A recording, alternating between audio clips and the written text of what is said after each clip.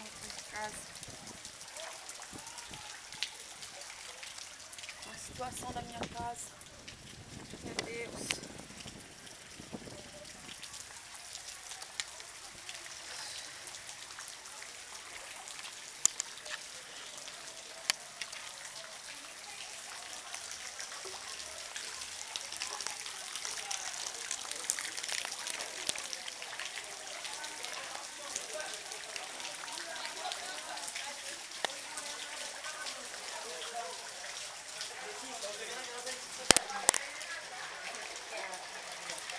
Cadê os candidatos? Cadê os...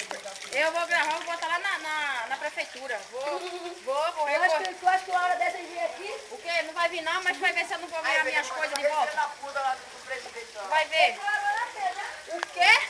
Tá cheio. Ai, meu Deus, como é que eu não encontro uma cobra, meu Deus? Ui! Um bueiro. Não vou não, vou recorrer meus direitos, minha filha. Eu sou um eleitor, eu sou uma cidadã. Procurar meus direitos. Eu tô gravando, tô botando tudo no...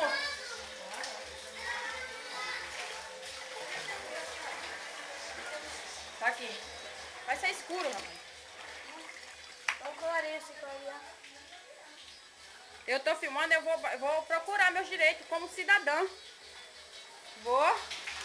Eu nem saber.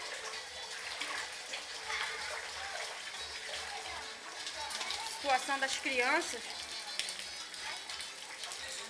Tô filmando.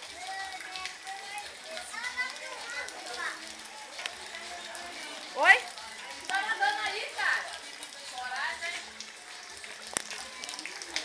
Não vem pra cá mais não, Cleber. Fica pra lá na casa. Ô, Edmo, sua mãe sabe que você tá andando por dentro desse esgoto, Edmo? Sabe? Sabe? Eu vim aqui cortar o cabelo, tava na casa do Dal e comecei a subir.